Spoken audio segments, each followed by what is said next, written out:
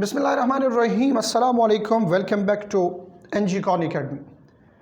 Biochemistry के chapter में lipid के टॉपिक में प्रॉब्लम इस वक्त एनएमडीकेट के लिए ये है कि केपी के बुक में कुछ और चीज़ें लिखी गई है और फेडरल के बुक को अगर आप उठा के देखें तो उसमें काफ़ी डिटेल से और एग्जाम्पल्स बहुत ज़्यादा लिखी गई हैं।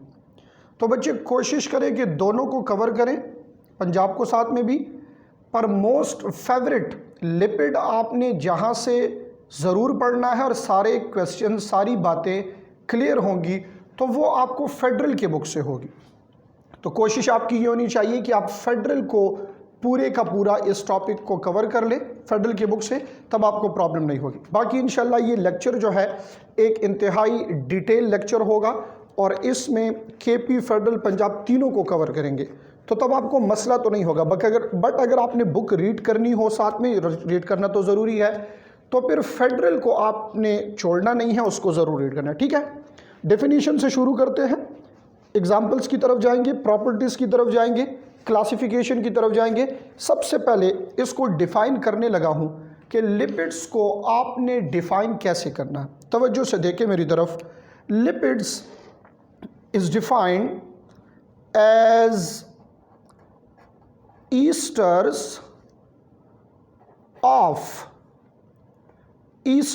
of fatty acid with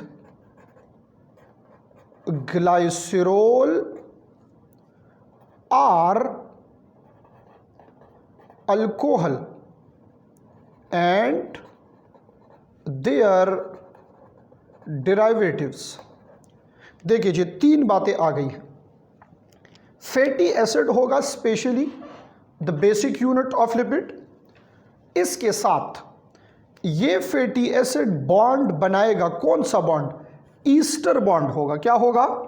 Easter. तो एमसीक्यू में अगर पूछा जाए कि लिपिड फंक्शनल ग्रुप के लिहाज से क्या है, तो बच्चे ये ईस्टर है। क्या है? ईस्टर। अब ये ईस्टर बॉन्ड फैटी एसिड किस चीज़ के साथ बनाएगा? तो या तो ग्लाइसरोल के साथ होगा, या अल्कोहल के साथ होगा, और या ये लिपिड्स इसके क्या होंगे? डिराइवेटिव होंगे। क्लियर हो गया ये कंसेप्ट? सो ये लिपिड की एक प्रॉपर डेफिनेशन है कि esters of fatty acid with glycerol, alcohol and their derivative. अब ये ईस्टर बेसिकली होता क्या है? ईस्टर जो है, जब अल्कोहल किसी एसिड से रिएक्शन करे और उसमें से वाटर रिलीज हो, ईस्टरिफिकेशन रिएक्शन होता है, ईस्टर फॉर्मेशन।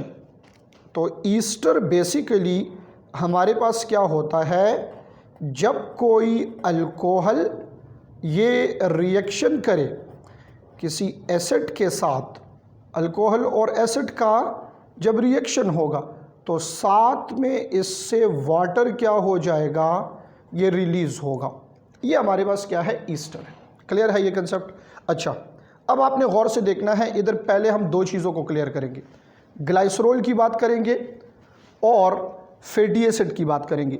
इन दोनों को क्लियर करके हम आगे फिर क्लासिफिकेशन की तरफ आसानी से पहुंच सकेंगे। तवज्जो से गौर से देखें मेरी तरफ। नंबर 1, सबसे पहले मैं डिस्कस करने जा रहा हूं कि ग्लाइसरोल हमारे पास क्या है। ग्लाइसरोल क्या है, इसकी प्रॉपर्टीज़, इसका स्ट्रक्चर, कंपोजिशन देखते हैं ज़रा। असल में जो ग्लाइसरोल होता है ना, ये ग्लाइसरोल एक अल्कोहल है। क्या है? अल्कोहल है। कौन सा अल्कोहल है? Glycerol is called trihydroxy alcohol. Glycerol क्या है? ट्राईहाइड्रोक्सी अल्कोहल है। What does it mean? Trihydroxy, 3 hydroxyl alcohol है, हाइड्रोक्सल की वजह से है।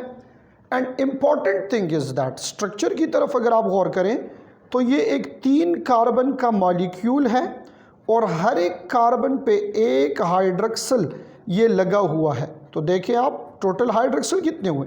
3 हुए ना। तो that is why this is called trihydroxy alcohol. क्या है?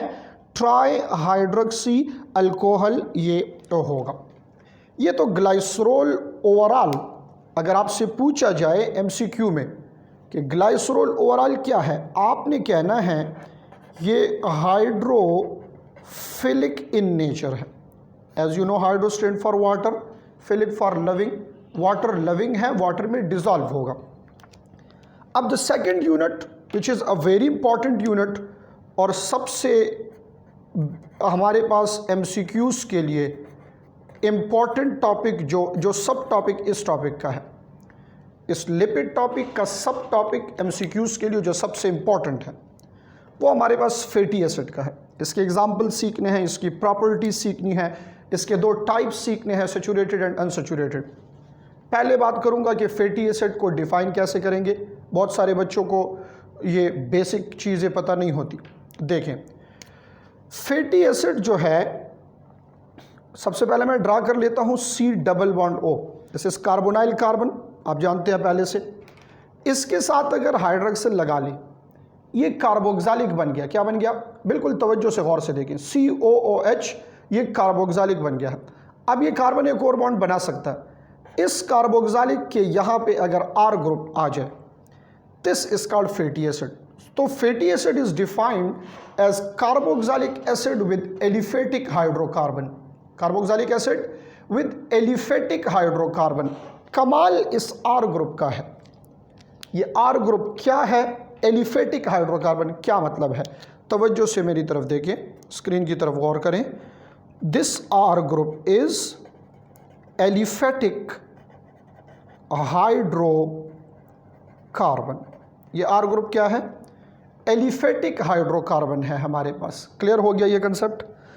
एलिफेटिक हाइड्रोकार्बन कौन सा होता है?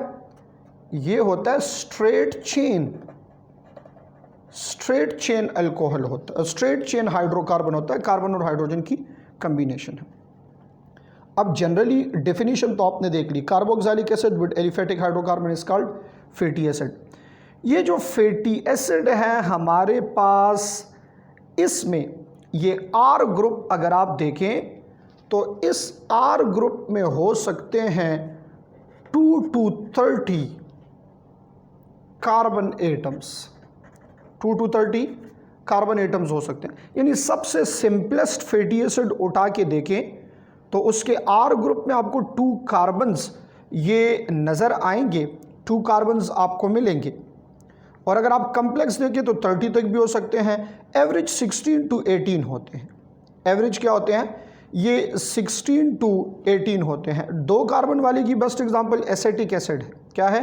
एसिटिक एसिड है। अब नंबर ऑफ कार्बन्स को एग्जांपल्स के साथ आगे बढ़ते हैं, बट यहाँ आपको ये सिखाऊं कि फैटी एसिड 2 तरह के।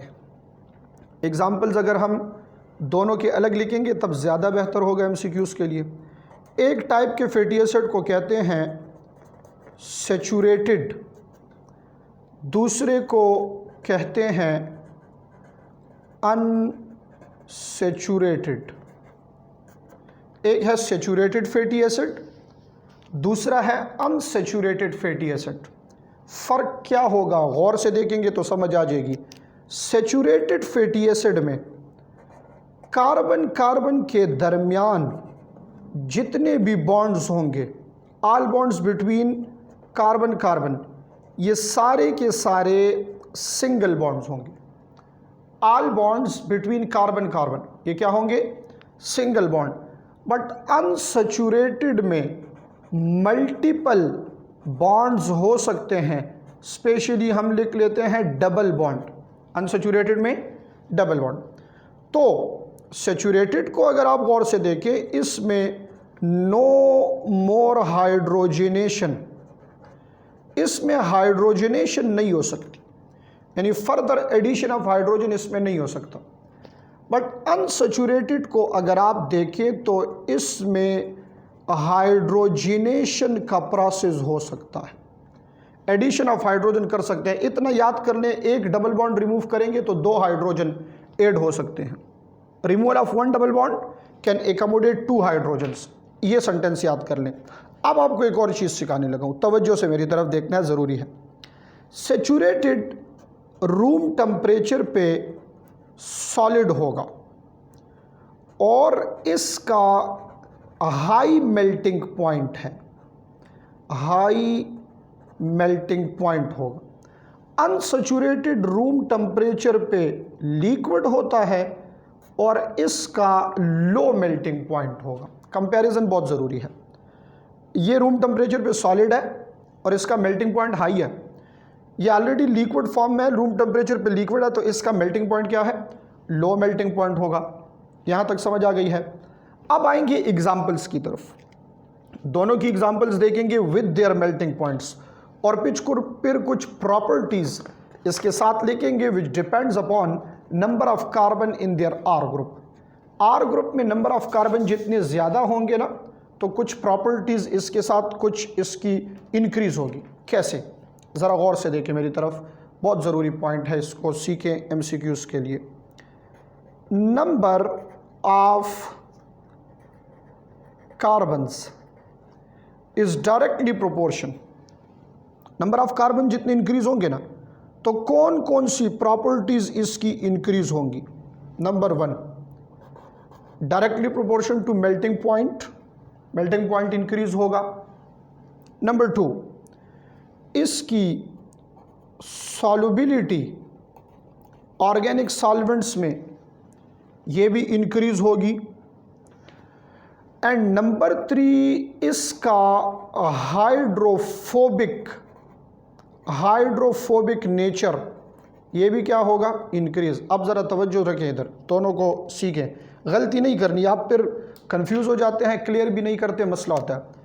सॉल्युबिलिटी इंक्रीज और इधर मैंने लिखा है कि हाइड्रोफोबिक नेचर इंक्रीज। अब कुछ बच्चे जो थोड़े से बेवकूफ़ होंगे वो यही सोचेंगे कि ये क्या मसला है, सॉल्युबिलिटी इंक्रीज हो रही है और हाइड्रोफोबिक नेचर इंक्रीज हो रहा है। कि मतलब ये है, एक तरफ मैं कह रहा हूँ कि सॉल्युबल है, दूसरी तरफ कह रहा हूँ कि हाइड्रोफोबिक है, यानी इनसॉल्युबल है।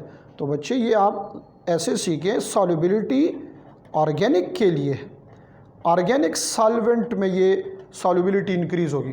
तो सिंपल है, जब ऑर्गेनिक सॉल्वेंट में इंक्रीज हो रही है तो वाटर में डिक्रीज हो रही है, डिक्रीज इन वाटर। क्लियर हो गई ये बात? उम्मीद है ये क्लियर हो गई होगी। पॉइंट सीखने के लिए ज़रूरी है एमसीक्यूज़ का और कंसेप्चुअल पॉइंट है। तो ये हमारे पास इंपॉर्टेंट इसकी प्रॉपर्टीज़ हैं जो नंबर ऑफ कार्बन के साथ इंक्रीज हो रही है। अब फैटी एसिड के एग्जाम्पल्स की तरफ आएंगे। फेडरल की बुक उठा के देखें तो पेज नंबर 47 पे एक टेबल बना है, common type of fatty acid 2.6 table है। उसमें 2 सेचुरेटेड और 2 अनसेचुरेटेड का जिक्र है। बट कुछ एग्जाम्पल्स ये उधर भी है, थ्योरी में भी लिखे हुए हैं। उसमें से पहली एग्जाम्पल, एसिटिक एसिड में 2 कार्बन है, लिख ले अपने पास। ब्यूटेरिक एसिड में 4 कार्बन है, ये दोनों सिंपलेस्ट फैटी एसिड हैं। फिर पल्मेटिक एसिड और स्टेरिक एसिड ये उधर लिखा हुआ है, तो इसी को डिस्कस कर लेते हैं। पहले हम सेचुरेटेड के कुछ एग्जाम्पल्स लिखते हैं। सेचुरेटेड की एग्जाम्पल आप देखें तो पल्मेटिक एसिड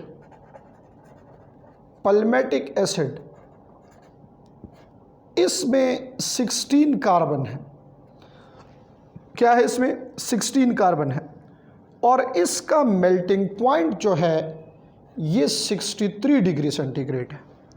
मेल्टिंग पॉइंट इसका 63 डिग्री सेंटीग्रेड है। अच्छा, अगर आप सेचुरेटेड में स्टेरिक एसिड देखें, स्टेरिक एसिड में 18 कार्बन है, इसका मेल्टिंग पॉइंट ये 70 डिग्री सेंटीग्रेड है।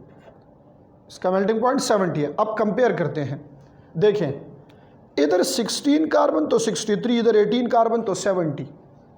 16 कार्बन 63, 18 कार्बन 70। क्या फ़र्क हुआ? फ़र्क तो नंबर ऑफ कार्बन का, तो फार्मूला ऊपर मैंने लिखा है, number of carbon is directly proportion to increase this 3 properties. अब यहाँ एक इंतहाई इंपॉर्टेंट बात, जब आप इसको कंपेयर करेंगे अनसेचुरेटेड फैटी एसिड से, जब आप इसको कंपेयर करेंगे तो भाई अनसेचुरेटेड के 2 एग्जाम्पल इधर हैं। एक है oleic acid this oleic acid is made up of 18 carbon. अब इसका मेल्टिंग पॉइंट सिर्फ और सिर्फ 4 डिग्री सेंटीग्रेड है। कंफ्यूज नहीं होना, इधर देखें, गौर करें स्क्रीन की तरफ। स्टेरिक एसिड में 18 है और 70 डिग्री सेंटीग्रेड, ओलिक एसिड में 18 है और 4 डिग्री सेंटीग्रेड। अब मसला ये है नंबर ऑफ कार्बन सेम है, बट एक का मेल्टिंग पॉइंट आसमान से बातें कर रहा है 70 डिग्री सेंटीग्रेड, दूसरे का मेल्टिंग पॉइंट बहुत कम है 4 डिग्री सेंटीग्रेड। फ़र्क क्या है? फ़र्क ये है कि सेचूरेटेड सॉलिड होता है और अनसेचूरेटेड लिक्विड होता है। सेचूरेटेड सॉलिड होता है और अनसेचूरेटेड लिक्विड होता है। एक और हमारे पास है लिनोलिक एसिड। लिनोलिक एसिड में भी 18 कार्बन है, ये भी अनसेचूरेटेड है, इसका -5 डिग्री सेंटीग्रेड, -5 डिग्री सेंटीग्रेड। तो सिंपल इज दैट कि सेचूरेटेड फैटी एसिड का मेल्टिंग पॉइंट ज़्यादा होगा as compare to unsaturated fatty acid. So बेटा फैटी एसिड का टॉपिक सब टॉपिक लिपिड के टॉपिक में इंतहाई इम्पोर्टेंट है और इसमें बहुत सारे पॉइंट्स हैं। इंशाल्लाह सारे पॉइंट्स आपके सामने आ गए हैं, बहुत ज़रूरी है एमसीक्यूज़ के लिए, तो कोशिश करें कि इसमें से कोई गलती ना हो। क्लियर? फैटी एसिड की बात यहाँ पे ख़त्म हो गई है। अब आते हैं लिपिड के क्लासिफिकेशन की तरफ कि ये जो यूनिट्स हमने लिखे हैं फैटी एसिड और ग्लाइसरोल, इन यूनिट्स को कंबाइन करेंगे different proportion, different numbers, ratios में, तो हमारे पास डिफरेंट क्लासेस के लिपिड्स बनेंगे। सबसे पहले डिस्कस करते हैं क्लास एसाइल ग्लाइसराइड। इस वक्त हम डिस्कस करेंगे एसाइल ग्लाइसराइड, फास्फोलिपिड, वैक्सेस, स्टीराइड, टर्पिनाइड और एक जो फेडरल में है और केपी में नहीं है प्रोस्टाग्लैंडिन, इन सबको डिस्कस करेंगे।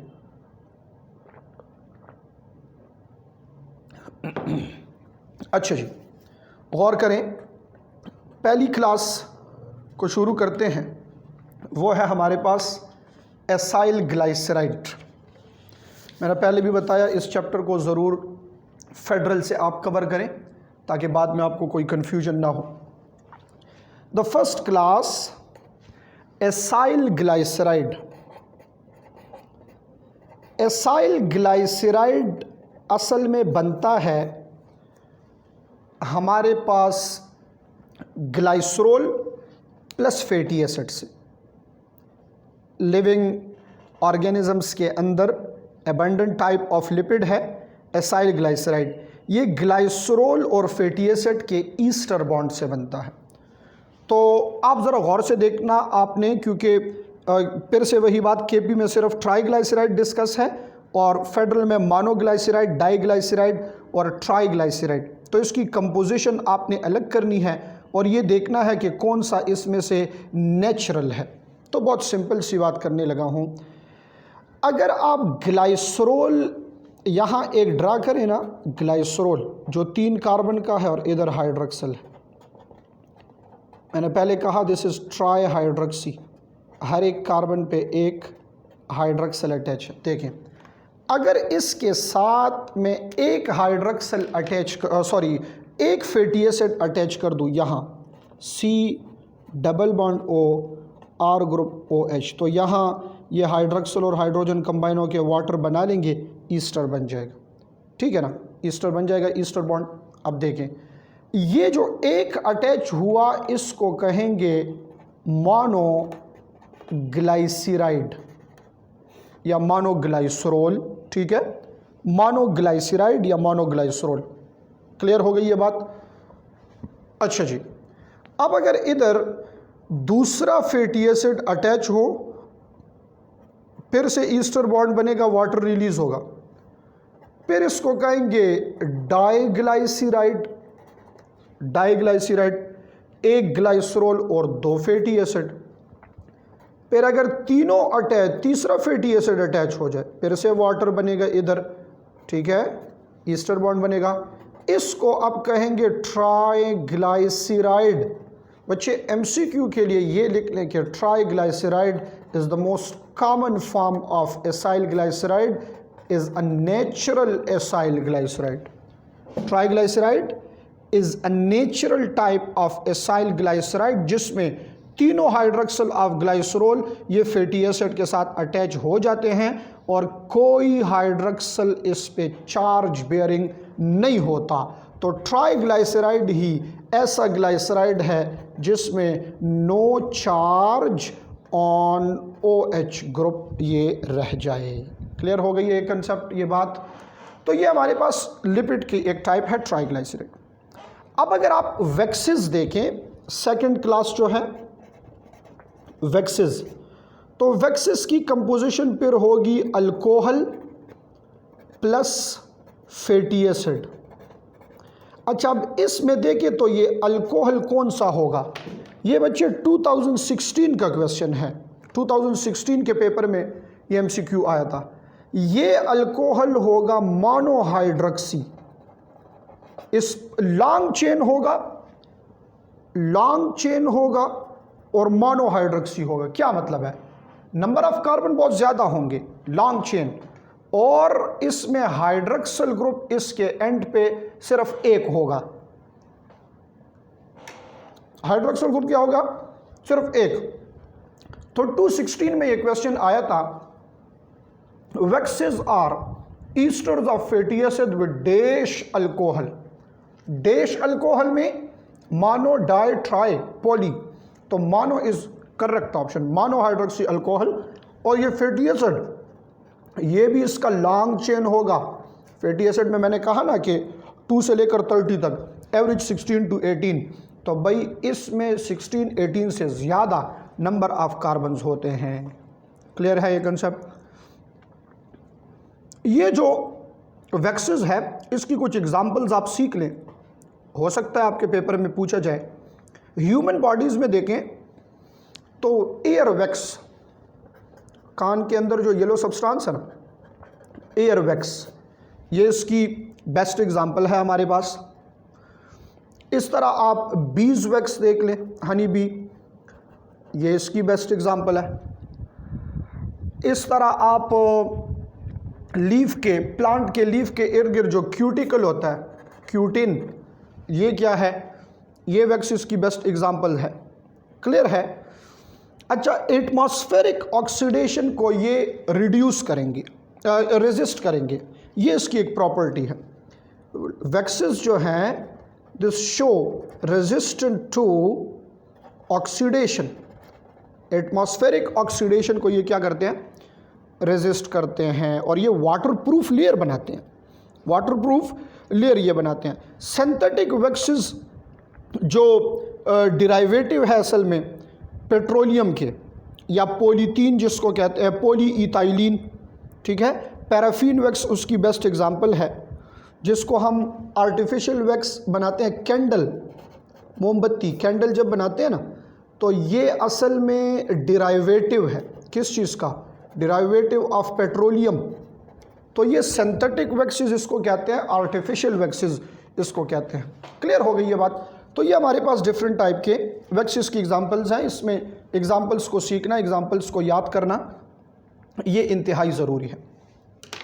कुछ क्लासेस और पढ़ते हैं, जिसमें से एक क्लास हमारे पास अब फास्फोलिपिड की क्लास है। सॉरी, पेज उड़ गया है, वापस कर देते हैं, इधर आ जाओ भाई।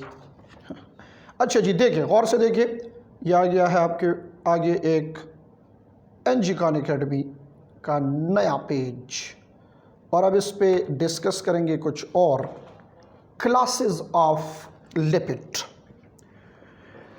Phospholipid is a very important type of lipid in living system. Phospholipid में आप कंपोजिशन देखें, बट पहले आपको एक बात सिखाऊं कि फास्फोलिपिड किस चीज़ का डिराइवेटिव है। फॉस्फेटिक एसिड को याद रखना है, फॉस्फेटिक एसिड, इससे ये डिराइव होता है। और कैसे बनता, कैसे है, तो मेरी बात ज़रा गौर से सुने। यहाँ फॉस्फेटिक एसिड ये कंबाइन होता है डिफरेंट मॉलिक्यूल्स के साथ, ऑर्गेनिक कंपाउंड्स के साथ, तो इससे डिफरेंट टाइप के फास्फोलिपिड बनेंगे। लाइक फॉर एग्ज़ाम्पल, हम एक एग्ज़ाम्पल, सारे एग्ज़ाम्पल्स बुक में मौजूद है कुछ 3-4, बट एक लेते हैं कोलीन। कोलीन के साथ अगर फॉस्फेटिक एसिड कंबाइन होगा, कोलीन एक्चुअली नाइट्रोजीनियस बेस है एक, तो ये हमारे पास फॉस्फोलिपिड बनेगा। इस तरह इथेनॉल एमाइन जो एमाइनो अल्कोहल है, इसके साथ कंबाइन हो सकता है फॉस्फेटिक एसिड।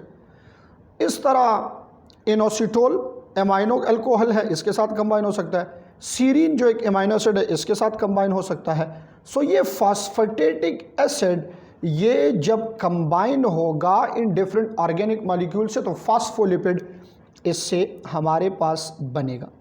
तो इट मीन्स कि आपने इसको याद करना है that phospholipid is the derivative of phosphatic acid.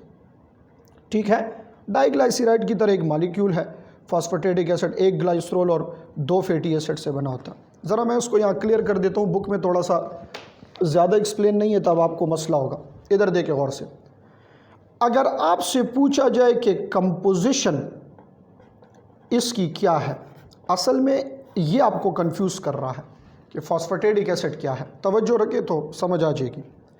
मैं इधर लिख रहा हूँ 1 glycerol plus 2 fatty acid, 1 glycerol plus 2 fatty acid. तो ये क्या हुआ, डाइग्लाइसराइड बना कि नहीं? बट इस ग्लाइसरोल का एक हाइड्रॉक्सल रह गया है। वो एक हाइड्रॉक्सल जो रह गया है ये कंबाइन होगा फॉस्फेट ग्रुप के साथ, फॉस्फेट ग्रुप के साथ ये कंबाइन होगा। असल में फॉस्फोलिपिड की कंपोजिशन ये क्या है? फॉस्फोलिपिड की कंपोजिशन है 1 glycerol, 2 fatty acid and 1 phosphoric acid. Point to be noted for MCQ, the most common form of phospholipid, common type of phospholipid, इसको लेसितीन कहा जाता है। 2 नाम याद करने हैं। लेसितीन इसको जनरली कहा जाता है, केमिकली इसको देखे तो फॉस्फेटाइडल कोलीन है। क्या है? फॉस्फेटाइडल कोलीन, वही नाइट्रोजीनियस बेस वाला जो पहले यहाँ मैंने डिस्कस किया ये। ठीक है, तो लेसितीन इज एक्चुअली फॉस्फेटाइडल कोलीन। ये पॉइंट बच्चे भूलना नहीं है, ये एमसीक्यूज़ के लिए हमारे पास बहुत इंपॉर्टेंट पॉइंट्स हैं, ज़रूरी है। ओवरऑल फॉस्फोलिपिड देखें तो वाटर इनसॉल्युबल फैटी एसिड, चूँकि इसमें 2 है तो वाटर इनसॉल्युबल होगा, but more soluble than acyl glyceride. इस पॉइंट को एमसीक्यू के लिए याद कर लें कि phospholipid is more soluble than triglyceride. अच्छा, याद कर ले, एक और पॉइंट जहन में आ रहा है, ये ट्राइग्लाइसराइड एनर्जी का बेस्ट सोर्स है। This give more energy as compare to carbohydrates, because energy depend करता है ये CH बॉन्ड के ऊपर। तो इसमें CH बॉन्ड बहुत ज़्यादा है, कार्बोहाइड्रेट से भी ज़्यादा है, दैट इज़ वाई इससे ज़्यादा एनर्जी रिलीज होती है।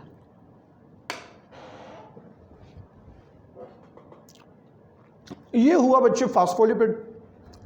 एक और टाइप जो बुक में लिखा है, 3rd टाइप, नहीं 3 तो हमने पढ़ लिए हैं, 4th टाइप, ये नंबर 3 है। 4th पढ़ते हैं ज़रा, टर्पिनाइड। टर्पिनाइड क्या है बच्चे? टर्पिनाइड बना है रिपीटिंग यूनिट ऑफ आइसोप्रीन से। अब आइसोप्रीन यूनिट क्या है, तवज्जो करें, बिल्कुल गौर से स्क्रीन की तरफ देखिए। CH2 double bonded carbon, single bonded carbon, बिल्कुल गौर से एक एक चीज़ देखते जाएं। डबल बॉन्डेड CH2 और इसके साथ यहाँ CH3। अब इस कार्बन के 3 बॉन्ड है तो एक इधर हाइड्रोजन है। ये एक आइसोप्रीन है। क्या है? एक आइसोप्रीन है। बिल्कुल गौर से ये बात सीखनी है, बहुत ज़रूरी है। जब इसकी कंडेंसेशन होती है और 2 आइसोप्रीन यूनिट कंबाइन हो जाए, जब कंडेंसेशन हो जाए 2 आइसोप्रीन यूनिट कंबाइन हो जाए तो 2 आइसोप्रीन को मोनोटर्पीन कहते हैं। मतलब एक टर्पीन 2 आइसोप्रीन से बनता है, मोनोटर्पीन 2 आइसोप्रीन से बनता है। फिर 4 आइसोप्रीन हो, अगर आइसोप्रीन यूनिट क्या हो, 4 आइसोप्रीन हो तो 2 से मोनो बनता है तो 4 से डाई बनेगा। डाइटरपीनाइड या डाइटरपीन इसको कहेंगे। क्लियर हो गया ये concept. The best example of diterpene vitamin A, but असल में ये बीटा कैरोटीन की जब ब्रेकडाउन होती है तो 2 विटामिन ए उससे सिक्रीट होते हैं, रिलीज होते हैं। या फाइटोल चेन देख लें, जो कि फाइटोल टेल है, क्लोरोफिल में भी है, मैग्नीशियम उसमें भी, हीमोग्लोबिन में भी है, इसको देख लें। ठीक है, अगर 6 यूनिट कंबाइन होंगे तो ट्राइटरपीन, 8 यूनिट तो टेट्राटरपीन, इस तरह चलते जाएं। पॉलीटरपीन जिसमें मैनी यूनिट्स हैं, उसकी एक बेस्ट एग्जांपल रबर है। सिंथेटिक रबर हमारे पास ये पॉलीटरपीन है। अब इसमें नंबर ऑफ टर्पीनाइड यूनिट्स क्या होंगे, ज़्यादा। एक गलती बच्चे यहाँ करते हैं, वो सिखाना चाह रहा हूँ, ज़रूरी है। जो टर्पीन है ना, टर्पीन ये यूनिट नहीं है, टर्पीन यूनिट नहीं है। ये मोनोटर्पीन, डाइटरपीन, टेट्राटर्पीन, ट्राइटरपीन, पॉलीटरपीन, ये बच्चे एग्जाम्पल्स हैं। क्या है, एग्जाम्पल है। अब स्टूडेंट क्या सोचते हैं कि टर्पीन नाम लिखा है तो टर्पीनाइड तो यही इसी का यूनिट, इसी से बना होगा। नहीं नहीं नहीं, टर्पीन यूनिट नहीं है, एग्जाम्पल है। यूनिट क्या है, यूनिट आइसोप्रीन है, जिसका ये स्ट्रक्चर ड्रा किया है मैंने, ये आइसोप्रीन है। तो आप इस सेंटेंस को जहन में ऐसे रखें, terpene is the example of terpenoid and isoprene is the unit of terpenoid. फिर से, terpene is the example of terpenoid and isoprene is the unit of terpenoid. Clear हो गया ये कंसेप्ट। अच्छा जी, आते हैं 2 क्लासेस और भी है, काफ़ी लेंथी लेक्चर हो गया है, बट चूँकि पॉइंट्स बुक्स में थोड़े से ज़्यादा है तो इसलिए मैं कोशिश कर रहा हूँ कि हर एक पॉइंट को क्लियर करूँ, ताकि बाद में आपको पछताना ना पड़े और आप यही देखें कि एमसीक्यू आपके सामने जैसे ही आए आप उसको सॉल्व कर लें। ख्वाहिश यही है मेरी कि जैसे ही कोई एमसीक्यू सामने आए आपके एनएमडीकेट में, और वो सॉल्व कर लें आप। Steroids, another very important type of lipid, steroid. This one do not contain, just like terpenide, इसमें ग्लाइसरोल और फैटी एसिड नहीं है, ये डिराइवेटिव वाला है। No glycerol and no fatty acid. अब तवज्जो आपकी मेरी तरफ होनी चाहिए, जब ये नहीं है तो यही सोचेंगे आप कि ये बना किस चीज़ से है। जब ग्लाइसरोल और फैटी एसिड है ही नहीं तो स्टीराइड बना किस चीज़ से है। मैं आपको बताऊं, इसकी कंपोजिशन लिख लें, 4 फ्यूज्ड रिंग्स ऑफ 17 कार्बन।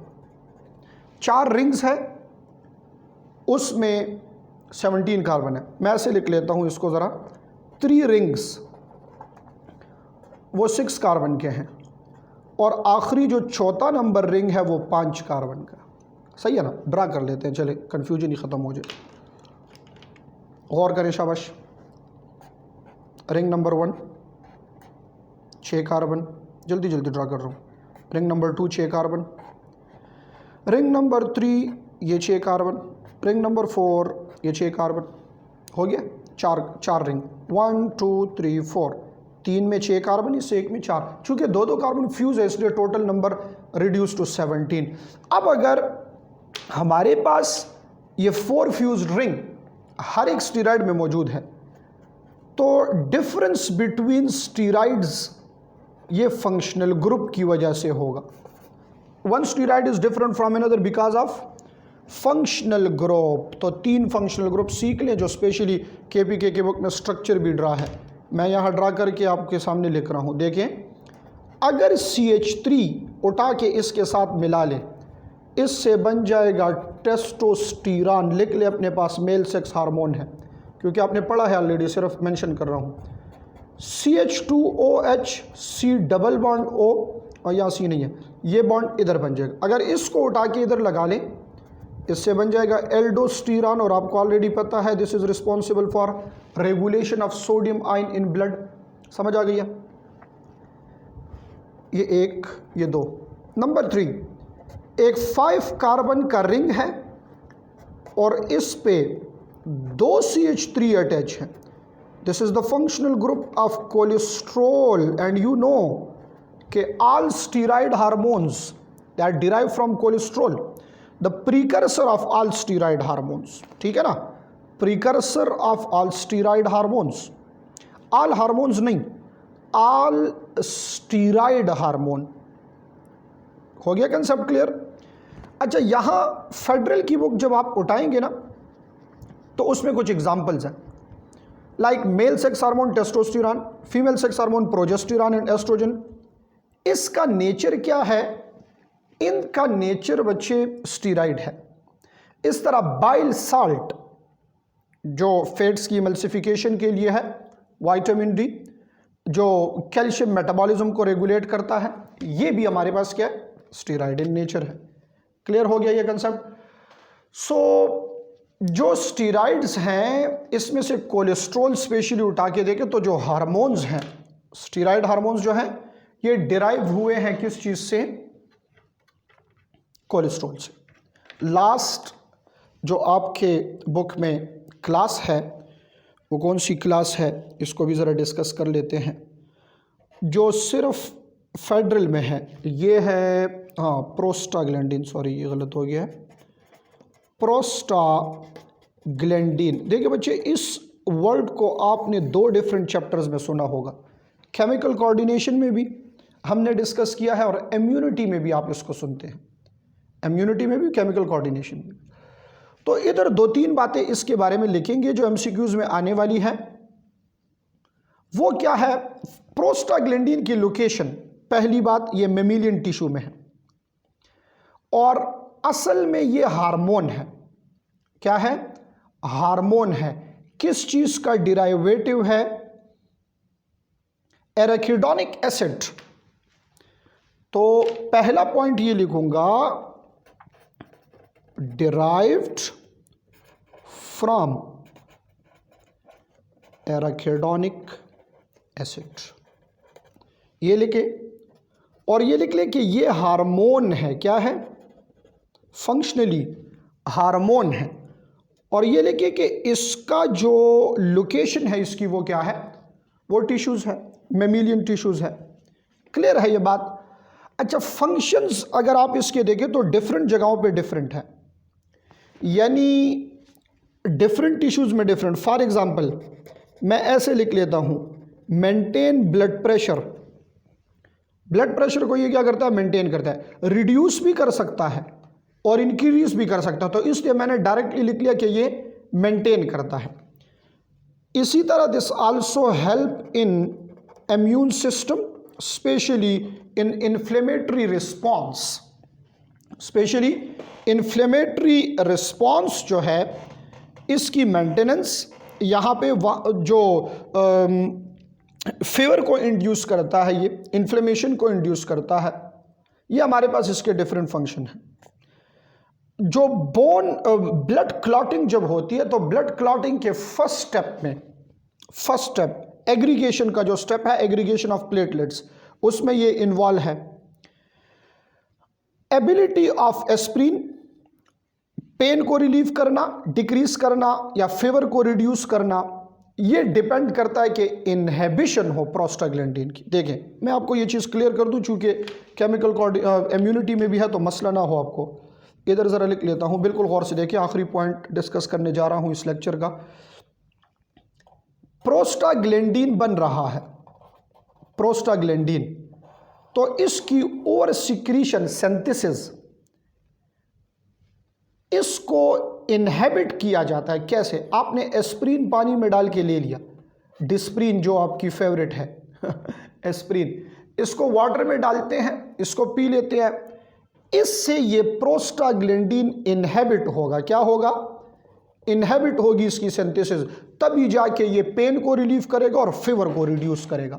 इसके बगैर ये ना तो फीवर को रिड्यूस कर सकता है और ना तो ये पेन को डिक्रीज कर सकता है। So a lot of function of prostaglandins are there. तो कोशिश करें केमिकल कोऑर्डिनेशन वाले, इम्यूनिटी वाले, यहाँ के जो पॉइंट्स, सारे पॉइंट्स को आप ध्यान में रखें ताकि कोई प्रॉब्लम आपको फेस ना करनी पड़े आगे।